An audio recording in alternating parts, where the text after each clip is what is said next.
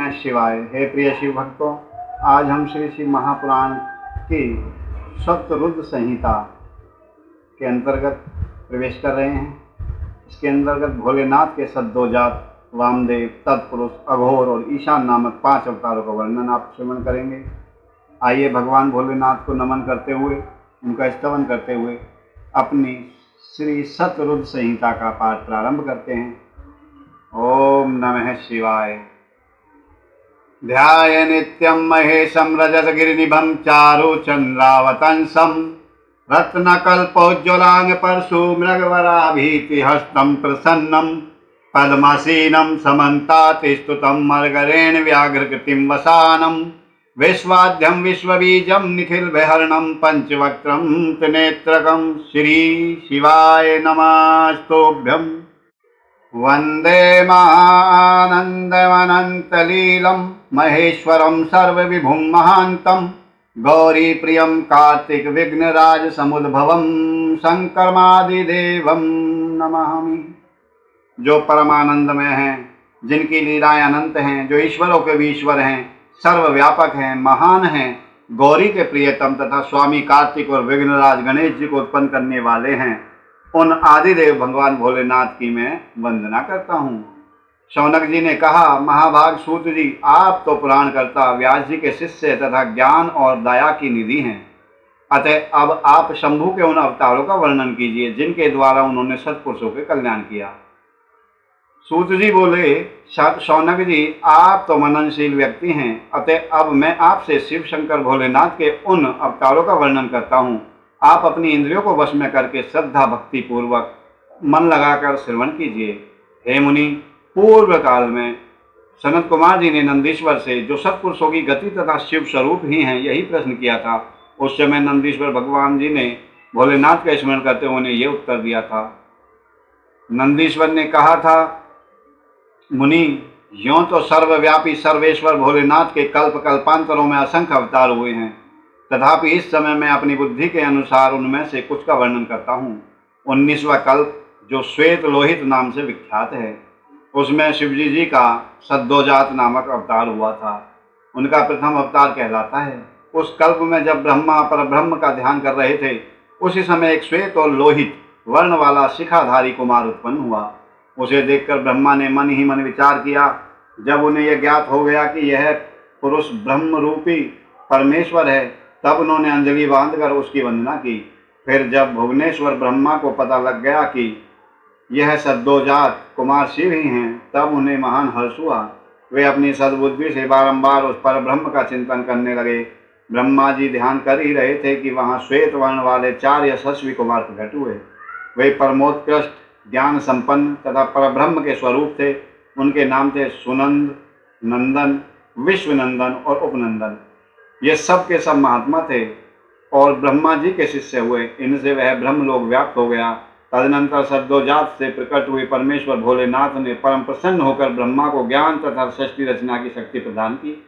ये सद्दोजात नामक पहला अवतार हुआ। तदनंतर रक्त नाम से प्रसिद्ध 20वां कल्प आया। उस कल्प में ब्रह्मा जी ने रक्त वर्ण का शरीर धारण किया था। जिस समय ब्रह्मा जी पुत्र की कामना से ध्यान कर रहे थे, उसी समय उनसे एक पुत्र प्रकट हुआ। उसके शरीर पर लाल रंग की माला और लाल ही वस्त्र शोभा पा रहे थे। उसके नेत्र भी लाल थे और वह आभूषण भी लाल रंग के ही धारण किए हुए था।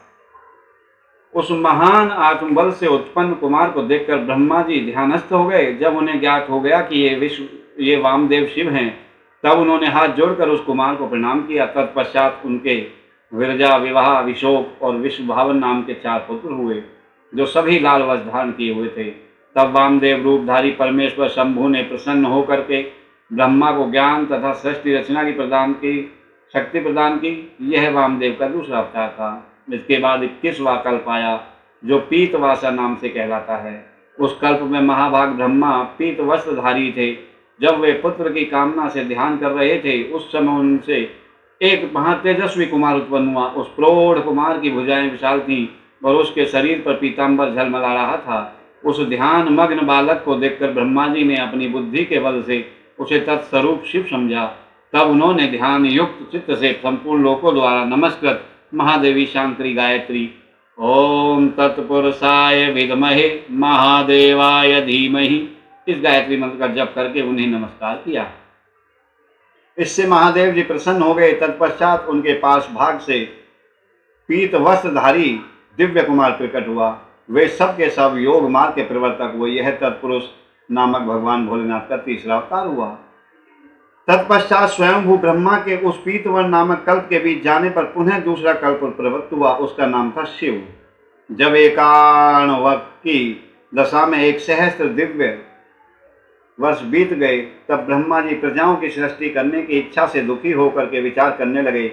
उस समय उन महातेजस्वी ब्रह्मा के समक्ष एक कुमार उत्पन्न हुआ। उस महापराक्रमी बालक के शरीर का रंग काला था। वह अपने तेज से उद्दीप्त हो रहा था तथा काला वस्त्र, काली पगड़ी और काला यज्ञोप भी धारण किए हुए था। उसका मुकुट भी काला था और स्नान के पश्चात अनुलेपन चंदन भी काले रंग का ही किया करता था। उन भयंकर पराक्रमी महामनस्वी देव देवेश्वर अलौकिक कृष्ण पिंगल वर्ण वाले अघोर को देखकर ब्रह्मा जी ने उनकी वंदना की। तत्पश्चात ब्रह्मा जी ने उन भक्तवत्सल अविनाशी अघोर को ब्रह्म रूप समझकर इष्ट वचनों द्वारा उनकी स्तुति की। तब उनके पास भाग से कृष्ण वर्ण वाले तथा काले रंग का अनुलेपन धारण किए हुए 4 महामनस्वी कुमार उत्पन्न हुए। वे सब के सब परम तेजस्वी, अव्यक्त नामा तथा शिव सरीखे रूप वाले थे। उनके नाम थे कृष्ण, कृष्णशिख, कृष्णाश्च और कृष्ण कंठधर। इस प्रकार उत्पन्न होकर इन महात्माओं ने ब्रह्मा जी की सृष्टि रचना के निमित्त महान अद्भुत घोर नामक योग प्रचार किया। यह भगवान भोलेनाथ का अघोर नाम का चौथा अवतार हुआ। मुनीश्वरों, इसके उपरांत ब्रह्मा जी का दूसरा कल्प प्रारंभ हुआ। वह परम अद्भुत था और विश्वरूप नाम से विख्यात हुआ। उस कल्प में जब ब्रह्मा जी पुत्र की कामना से मन ही मन भोलेनाथ का ध्यान कर रहे थे, उसी समय महान सिंहनाद करने वाली विश्वरूपा सरस्वती माता प्रकट हुई तथा उसी प्रकार परमेश्वर भगवान ईशान प्रादुर्भाव हुआ, जिनका वर्ण शुद्ध स्फटिक के समान उज्ज्वल था और जो समस्त आभूषणों से विभूषित थे। उन अजन्मा, सर्वव्यापी, सर्वांत अंतर्यामी, सब कुछ प्रदान कर देने वाले, सर्वस्वरूप, सुंदर स्वरूप वाले तथा अरूप निशान ईशान को देखकर ब्रह्मा जी ने उन्हें प्रणाम किया। तब शक्ति सहित विभु ईशान ने भी भगवान ब्रह्मा को सन्मार्ग का उपदेश देकर 4 सुंदर बालकों की कल्पना की। उन उत्पन्न हुए शिशुओं के नाम थे जटी, मुंडी, शिखंडी और अर्धमुंड। वे योगानुसार सदधर्म का पालन करके योग गति को प्राप्त हो गए। यह भगवान भोलेनाथ का 5वां ईशान नाम का अवतार हुआ। सर्वज्ञ सनत कुमार जी, इस प्रकार मैंने जगत की हित कामना से सद्योजात आदि अवतारों का प्राकट्य संक्षेप से सुनाया है। उनका वह सारा लोक हितकारी व्यवहार यथातथ्य रूप से ब्रह्मांड में वर्तमान है। महेश्वर की ईशान पुरुष, घोर वामदेव और ब्रह्मा, ये 5 मूर्तियां विशेष रूप से प्रसिद्ध हैं। इनमें ईशान जो विश्व शिव रूप से तथा सबसे बड़ा है, पहला कहा जाता है। वह साक्षात प्रकृति के भोक्ता क्षेत्रज्ञ में निवास करता है। भोलेनाथ का दूसरा स्वरूप सत तत्पुरुष नाम से ख्यात है।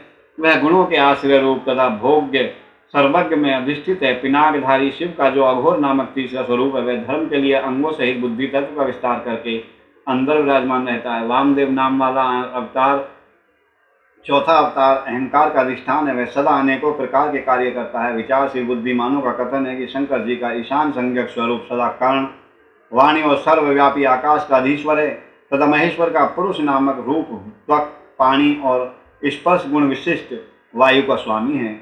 मनीषीगण अघोर नाम वाले रूप को शरीर, रस, रूप और अग्नि का अधिष्ठान बतलाते हैं। शंकर जी का वामदेव संज्ञक स्वरूप रसना, वायु, रस और जल का स्वामी कहा जाता है।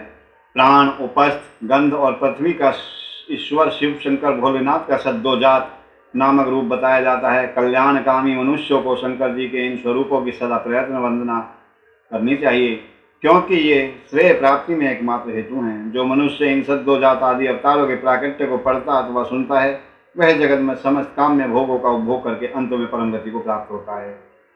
आगे वाले अध्याय में आप सुनेंगे कि शिव जी की अष्टमूर्तियों का तथा अर्धनारीश्वर रूप का विस्तार।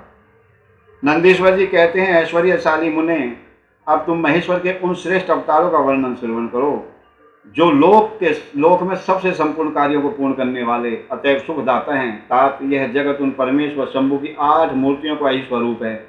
जैसे सूत में मणियां पिरोई जाती हैं, उसी तरह यह विश्व उन अष्ट मूर्तियों में व्याप्त होकर के स्थित है। वे प्रसिद्ध 8 मूर्तियां इस प्रकार हैं: शर्व, भव, रुद्र, उग्र, भीम, पशुपति, ईशान, महादेव, ये अष्टमूर्ति हैं।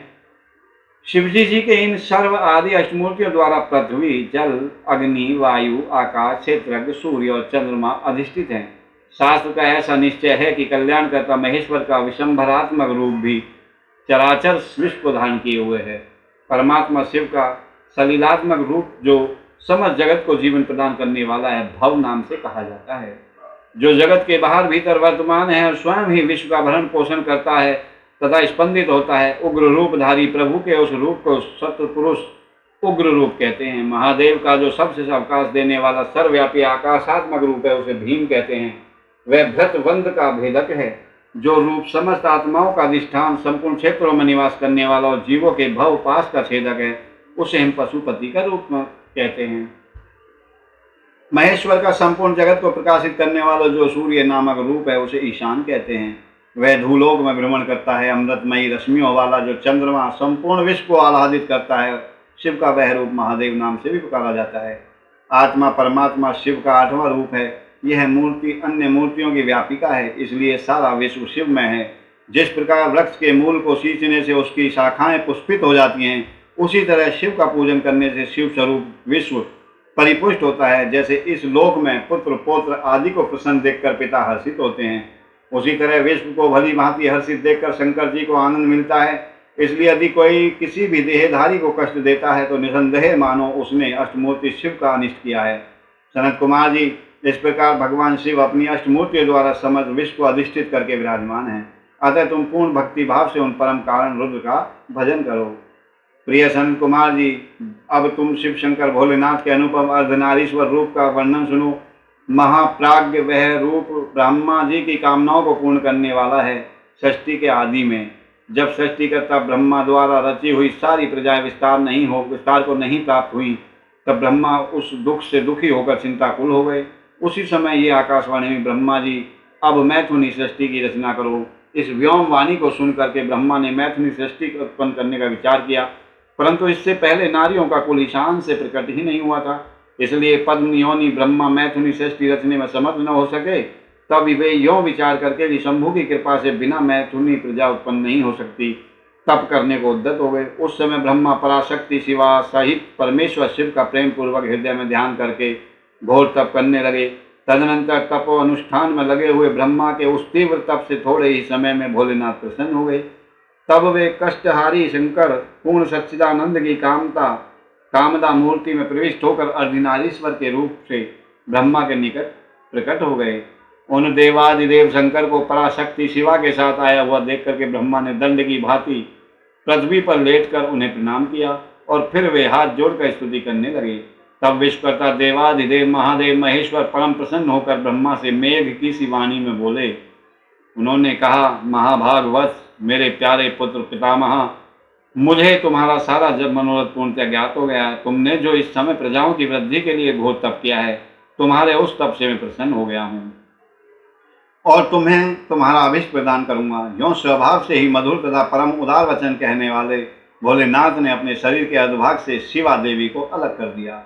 तब शिव से पृथक होकर प्रकट हुई उन परम शक्ति को देखकर ब्रह्मा विनम्र भाव से प्रणाम करके उनसे प्रार्थना करने लगा। ब्रह्मा ने कहा, हे शिवे, सृष्टि के प्रारंभ में तुम्हारे पति देवादिदेव महादेव परमात्मा शंभु ने मेरी सृष्टि की थी और मेरे द्वारा सारी प्रजाओं की रचना की थी। शिवे, तब मैंने देवता आदि समस्त प्रजाओं की मानसिक सृष्टि की, परंतु बार बार रचना करने पर भी उनकी वृद्धि न हो रही है। अतः मैं स्त्री पुरुष के समागम से उत्पन्न होने वाली सृष्टि का निर्माण करके अपनी सारी प्रजाओं की वृद्धि करना चाहता हूँ, किंतु अभी तक तुमसे अक्षय नारी कुल का प्राकट्य नहीं हुआ है। इस कारण नारी कुल की सृष्टि करना मेरी शक्ति के बाहर है। चूंकि सारी शक्तियों का उद्गम स्थान तुम ही हो, इसलिए मैं तुम अखिलेश्वरी परम शक्ति से प्रार्थना करता हूँ। हे शिवे, मैं तुम्हें नमस्कार करता हूँ। तुम मुझे नारी कुल की सृष्टि करने के लिए शक्ति प्रदान करो। या देवी सर्वभूतेषु शक्ति रूपेण सुसंस्थिता, नमस्तस्यै नमस्तस्यै नमस्तस्यै नमो नमः। क्योंकि हे शिवप्रिय, इसी को तुम चराचर जगत की उत्पत्ति का कारण समझो। वरदेश्वरी, मैं तुमसे एक और वर की याचना चाहता हूँ। जगन्मात कृपा करके उसे भी मुझे दीजिए, मैं तुम्हारे चरणों में नमस्कार करता हूँ। ये वर यह है। सर्वव्यापिनी जगत जननी या देवी सर्वभूतेषु जगत जननी रूपेण सुसंस्थिता नमस्तस्यै नमस्तस्यै नमस्तस्यै नमो नमः। ब्रह्मा जी ने कहा, हे सर्वव्यापिनी जगत जननी, तुम चराचर जगत की वृद्धि के लिए अपने एक सर्वसमर्थ रूप से मेरे पुत्र दक्ष की पुत्री हो जाओ। ब्रह्मा द्वारा यों याचना किए जाने पर परमेश्वरी देवी ने, शिवा ने तथास्तु ऐसा ही होगा कहकर वह शक्ति ब्रह्मा को प्रदान कर दी। सूतराम जगन्मयी शिव शक्ति शिवा देवी ने अपनी भौं के मध्य भाग से अपने ही समान प्रभावशाली एक शक्ति की रचना की। उस शक्ति को देखकर देवश्रेष्ठ भगवान शंकर, जो लीलाकारी, कष्टहारी और कृपा के सागर हैं, हंसते हुए जगदम्बिका से बोले। भोलेनाथ ने कहा, देवी परमेष्ठी, ब्रह्मा ने तपस्या द्वारा तुम्हारी आराधना किया है, अब तुम उन पर प्रसन्न हो जाओ और उनका सारा मनोरथ पूर्ण करो। तब शिवा देवी ने परमेश्वर शिव की उस आज्ञा को सिर झुकाकर ग्रहण किया और ब्रह्मा के कथन के अनुसार दक्ष की पुत्री होना स्वीकार कर लिया। हे मुनि, इस प्रकार शिवा देवी ब्रह्मा को अनुपम शक्ति प्रदान करके शंभु के शरीर में प्रविष्ट हो गईं। तत्पश्चात भगवान शंकर भी तुरंत ही अंतर ध्यान हो गए। तभी से इस लोक में स्त्री भाग की कल्पना हुई और मैथुनी सृष्टि चल पड़ी। इससे ब्रह्मा को महान आनंद प्राप्त हुआ। तात इस प्रकार मैंने भोलेनाथ के महान अनुपम अर्धनारीश्वर रूप का वर्णन कर दिया। यह सत्पुरुषों के लिए बहुत मंगलदायक है। अगले अध्याय में अवारा कल्प में होने वाले भोलेनाथ के प्रथम अवतार से लेकर 9वें अवतार वृषभ अवतार तक का वर्णन बताते हैं। नंदीश्वर कहते हैं, सर्वज्ञ सनत कुमार जी, एक बार रुद्र ने हर्षित होकर के ब्रह्मा जी से शंकर के चरित्र का प्रेम पूर्वक वर्णन किया तथा वह चरित्र सदा परम सुखदायक है, उसे श्रवण करो तुम। वह चरित्र इस प्रकार है। भोलेनाथ ने कहा, ब्राह्मण वारा कल्प के 7वें मनवंतर में संपूर्ण लोकों को प्रकाशित करने वाले भगवान कल्पेश्वर, जो तुम्हारे प्रपुत्र हैं, वे वस्त मनु के पुत्र होंगे। तब उस मनवंतर की चतुर्योगियों के किसी द्वापर युग में मैं लोकों पर अनुग्रह करके तथा ब्राह्मणों का हित करने के लिए प्रकट होऊंगा। ब्राह्मण युग प्रवृत्ति के अनुसार उस प्रथम चतुर्युगी के प्रथम द्वापर युग में सब जब स्वयं ही व्यास होंगे, जब प्रभु स्वयं ही व्यास होंगे, तब मैं उस कलयुग के अंत में ब्राह्मणों के हिता शिवा सहित श्वेत नामक महामुनि होकर प्रकट होऊंगा। उस समय हिमालय के रमणीय शिखर छागल नामक पर्वत श्रेष्ठ पर मेरे शिखाधारी 4 शिष्य उत्पन्न होंगे, जिनके नाम होंगे श्वेत, श्वेत शिख, श्वेताश्व और श्वेत लोहित। वे चारों ध्यान योग के आश्रय से मेरे नगर में जाएंगे। वहाँ वे मुझे अविनाशी को तत्वतः जानकर मेरे भक्त हो जाएंगे तथा जन्म जरा और मृत्यु से रहित होकर परब्रह्म की समाधि में लीन रहेंगे। वत्स पितामह, उस समय मनुष्य ध्यान के अतिरिक्त दान धर्म आदि कर्म हेतु साधनों द्वारा मेरे दर्शन नहीं कर पा सकेंगे। दूसरे द्वापर में प्रजापति सत्य व्यास होंगे। उस समय मैं कलयुग में सुतार नाम से उत्पन्न होऊंगा। वहाँ भी मेरे दुदुम्बी, शतरूप, हसीक और केतुमान नामक 4 वेदवादी दिव्य शिष्य होंगे। वे चारों ध्यान योग के बल से मेरे नगर को जाएंगे और मुझ अविनाशी को तत्वतः जानकर मुक्त हो जाएंगे। तीसरे द्वापर में जब भार्गव नामक व्यास होंगे, तब मैं नगर के निकट ही दमन नाम से प्रकट हो जाऊंगा। उस समय भी मेरे अशोक, विशेष, विपाप और पाप नाशन नामक 4 पुत्र होंगे। चतुरानन, इस अवतार में शिष्य को साथ लेकर के व्यास की सहायता करूंगा और उस कलयुग में निवृत्ति मार्ग का सुदृढ़ हो जाऊंगा। चौथे द्वापर में जब अंगिरा व्यास कहे जाएंगे, उस समय मैं सुहोत्र नामक अवतार लूंगा। उस समय भी मेरे 4 योग साधक महात्मा पुत्र होंगे। ब्रह्मा जी उनके नाम होंगे सुमुख, दुर्मुख, दुर्दुम और दुर्तिक्रम। उस अवसर पर भी इन शिष्यों के साथ मैं व्यास की सहायता में लगा रहूंगा। 5वें द्वापर में सविता व्यास नाम से कहे जाएंगे। तब मैं कंक नामक महातपस्वी योगी हो जाऊंगा। ब्राह्मण जी, वहाँ भी मेरे 4 योग साधक महात्मा पुत्र होंगे। उनके नाम होंगे सनक, सनातन, प्रभावशाली, सनंदन और सर्वव्यापक, निर्मल तथा अहंकार रहित सनत कुमार। उस समय भी कंक नामधारी में सविता नामक व्यास का सहायक बनूंगा और निवृत्ति मार्ग को बढ़ाऊंगा। पुनः 6ठे द्वापर के प्रवृत्त होने पर जब मृत्यु लोक कारक व्यास होंगे और वेदों का विभाजन करेंगे, उस समय भी मैं व्यास की सहायता करने के लिए लोकाक्षी नाम से प्रकट हो जाऊंगा और निवृत्ति पथ की उन्नति करूंगा। वहां भी मेरे 4 दृढ़व्रती शिष्य होंगे। उनके नाम होंगे सुधामा, विरजा, संजय और विजय। हे विधे, 7वें द्वापर के आरंभ में जब सतक्रतु नामक व्यास होंगे, उस समय भी मैं योग मार्ग में परम निपुण जैगी सब नाम से प्रकट हो जाऊंगा और काशीपुरी में गुफा के अंदर दिव्य देश में कुशासन पर बैठकर योग को सुदृढ़ बनाऊंगा तथा सतक्रतु नामक व्यास की सहायता और संसार भर से भक्तों का उद्धार करूंगा। उस युग में भी मेरे चार पुत्र होंगे जो शाश्वत योगी, मेघवाह और सुवाहन नाम के होंगे। 8वें द्वापर के आने पर मुनिवर वशिष्ठ वेदों का विभाजन करने वाले वेद व्यास होंगे। योग वित्तम, उस युग में भी मैं दधिवाहन नाम से अवतार लूंगा और व्यास जी की सहायता करूंगा। उस समय कपिल, आसुरी, पंचशिख और शालवर नामक मेरे 4 पुत्र होंगे जो मेरे ही समान होंगे। ब्रह्मा जी 9वीं चतुर्युगी के द्वापर में मुनि से शाश्वत व्यास नाम से प्रसिद्ध होंगे। उन व्यास के निवृत्ति मार्ग की वृद्धि के लिए ध्यान करने पर मैं ऋषभ नाम से अवतार लूंगा। उस समय पाराशर, गर्ग, भार्गव तथा गिरीश नाम के 4 महायोगी मेरे शिष्य होंगे। हे प्रजापति, उनके सहयोग से मैं योग मार्ग को सुदृढ़ बनाऊंगा। सन्मुखे, इस प्रकार मैं व्यास का सहायक बनूंगा। ब्रह्मा जी, उसी रूप से मैं बहुत से दुखी भक्तों पर दया करके उनका भवसागर से उद्धार करूंगा। मेरा वह ऋषभ नामक अवतार योगी मार्ग का प्रवर्तक, शाश्वत व्यास के मन को असंतोष देने वाला और अनेक प्रकार से रक्षा करने वाला होगा। उस अवतार में मैं भद्रायु नामक राजकुमार को, जो विष दोष से मर जाने के कारण पिता द्वारा त्याग दिया जाएगा, जीवन प्रदान करूंगा। तदनंतर उस राजपुत्र की आयु के 16वें वर्ष में ऋषभ ऋषि, जो मेरे ही अंश हैं, उसके घर पधारेंगे। प्रजापति, उस राजकुमार द्वारा पूजित होने पर वो सदरूपधारी का कृपालु मुनि उसे राजधर्म का उपदेश करेंगे। तत्पश्चात वे दीन वत्सल मुनि हर्षित चित्त से उसे दिव्य कवच, शंख और संपूर्ण शत्रुओं का विनाश करने वाला एक चमकीला खड़ग प्रदान करेंगे। फिर कृपा पूर्वक उसके शरीर पर भस्म लगाकर उसे 12,000 हाथियों का बल भी देंगे। यो माता सहित भद्रायु को भली भांति आश्वासन देकर तथा उन दोनों द्वारा पूजित हो प्रभावशाली ऋषभ मुनि स्वेच्छा के अनुसार चले जाएंगे।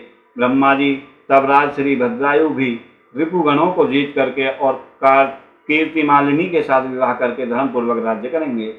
हे मुने, मुझ शंकर का वह ऋषभ नामक 9वां अवतार ऐसा प्रभावशाली होगा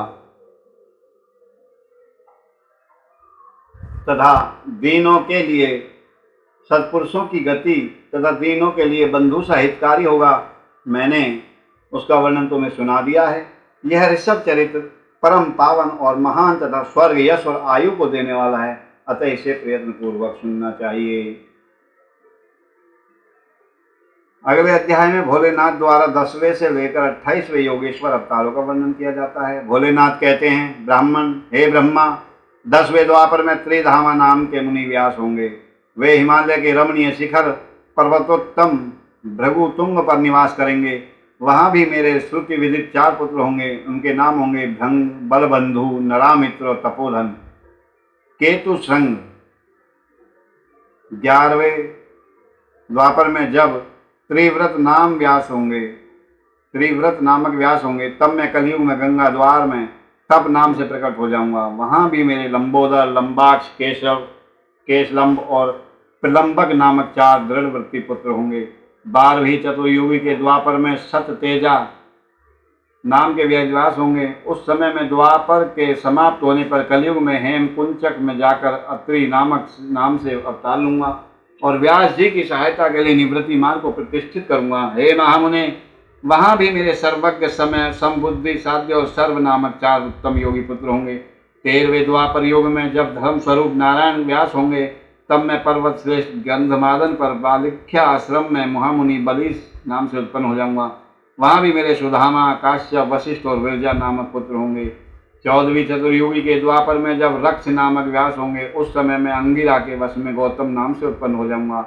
उस कलयुग में भी अत्रि, वसद, श्रवण और संविष्कट मेरे पुत्र होंगे। 15वें द्वापर में जब ऋष्यारुणी व्यास होंगे, उस समय में हिमालय के पृष्ठभाग में स्थित वेद शीश नामक पर्वत पर सरस्वती के उत्तर तट का आश्रय लेकर वेदशिला नाम से उत्पन्न ग्रहण हो जाऊंगा, अवतार ग्रहण करूंगा। उस समय महापराक्रमी वेदशिर भी मेरा अस्त्र होगा। वहां भी मेरे 4 पराक्रमी पुत्र होंगे। उनके नाम होंगे कुणी, कुणी बाहु, कुशरीर और कुनेत्रक।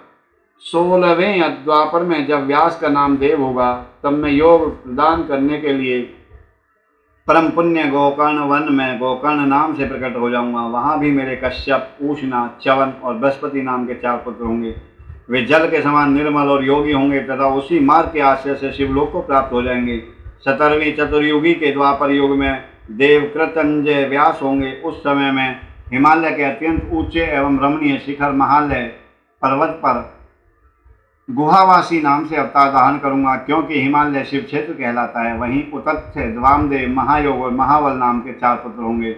18वीं चतुर्युगी के द्वापर में जब ऋतंजय व्यास होंगे, तब मैं हिमालय के उस सुंदर शिखर पर, जिसका नाम शिखंडी पर्वत है और जहाँ महान पुण्य में सिद्ध क्षेत्र तथा सिद्धों द्वारा सेवित शिखंडी वन भी है, शिखंडी नाम से उत्पन्न हो जाऊंगा। वहाँ भी वासर्वा, रुचिक, शावास्य और यतीश्वर नामक मेरे 4 पुत्र हो जाएंगे।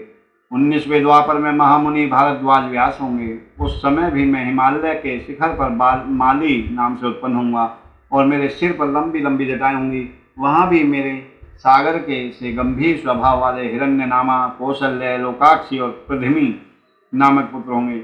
20वीं चतुर्युगी के द्वापर में होने वाले व्यास का नाम गौतम होगा।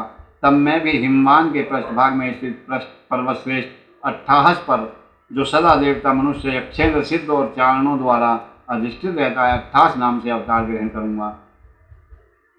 उस युग के मनुष्य अट्ठास के प्रेमी होंगे। उस समय भी मेरे उत्तम योग संपन्न 4 पुत्र उत्पन्न होंगे।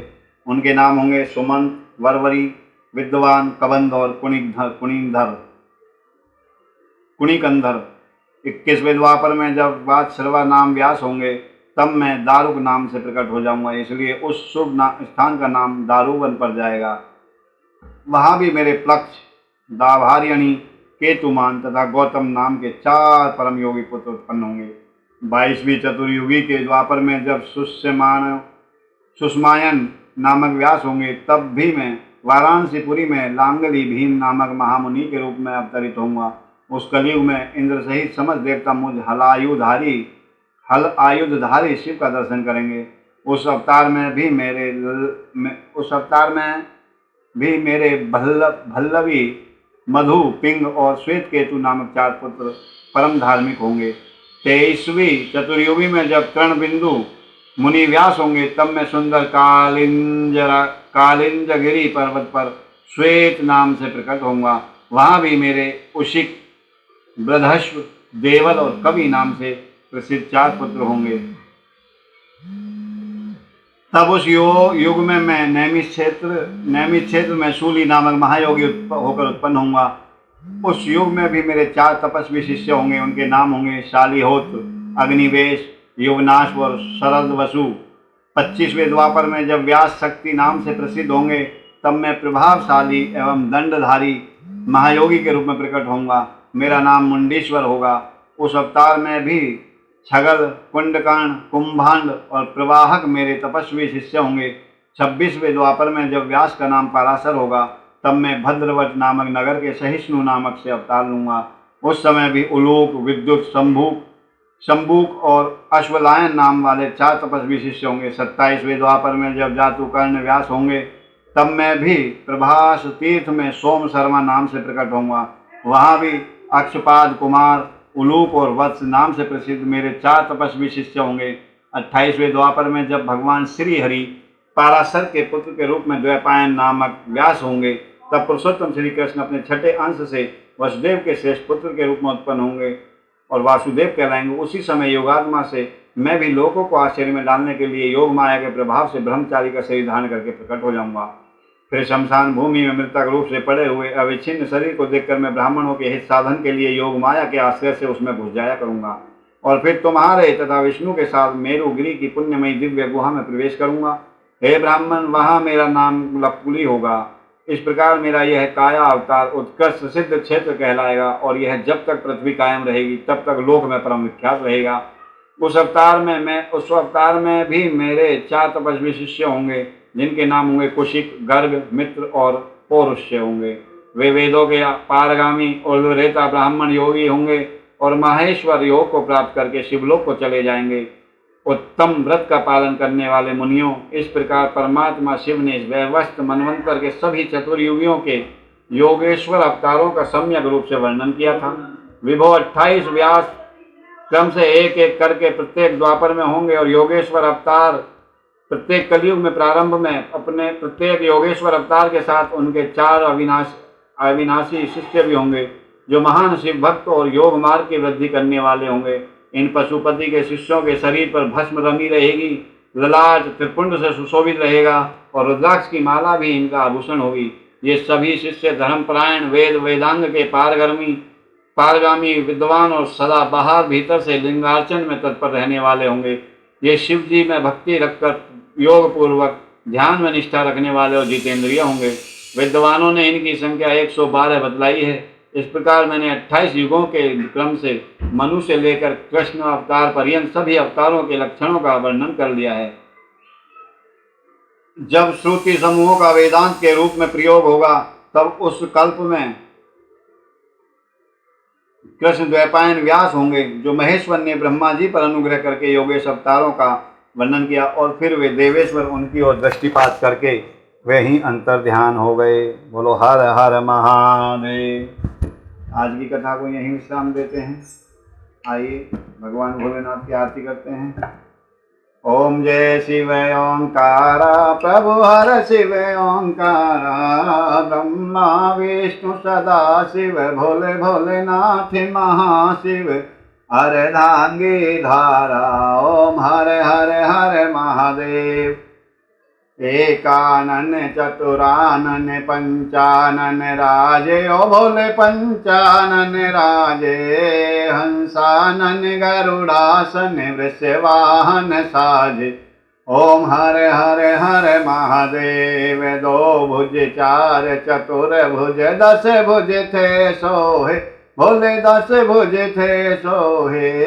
तीनों रूप निरखता, भोले जी का रूप निरखता, तिरुवन जन मोहे। ओम हरे हरे हरे महादेव। अक्षय माला वन माला, मुंडे माला धारी, ओ भोले मुंडे माला धारी। चंदन मृग मधु सोहे, चंदन मृग मधु सोहे, भाले शशिधारी। ओम हरे हरे हरे महादेव। श्वेतांबर पीतांबर बाघांबर अंगे, भोले बाघांबर अंगे। सनकादिक ब्रह्मादिक, सनकादिक ब्रह्मादिक, भूतादिक संगे। ओम हरे हरे हरे महादेव। कर में मध्य कमंडल, चक्र त्रिशूल धरता, भोले चक्र त्रिशूल धरता।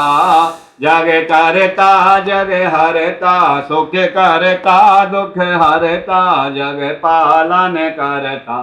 ओम हरे हरे हरे महादेव। ब्रह्मा विष्णु सदा शिव, जानत अविवेका, ओ भोले जानत अविवेका। प्रणवाक्षर के मध्य, ओमाक्षर के मध्य, ये तीनों एका। ओम हरे हरे हरे महादेव। काशी में विश्वनाथ विराजे, नंदी ब्रह्मचारी, भोले नंदी ब्रह्मचारी। नित्य उठ भोग लगावे, भोले जी का दर्शन पावे, महिमा अति भारी। ओम हरे हरे हरे महादेव। लक्ष्मी वर गायत्री, पार्वती के संगे, ओ भोले पार्वती के संगे। अरे धांगनियो भोला लहरी, अरे धांगनियो शिव लहरी, सिर सोहत गंगे। ओम हरे हरे हरे महादेव। पार्वती पर्वत पे विराजे, भोले कैलासा, मेरे बाबा कैलासा।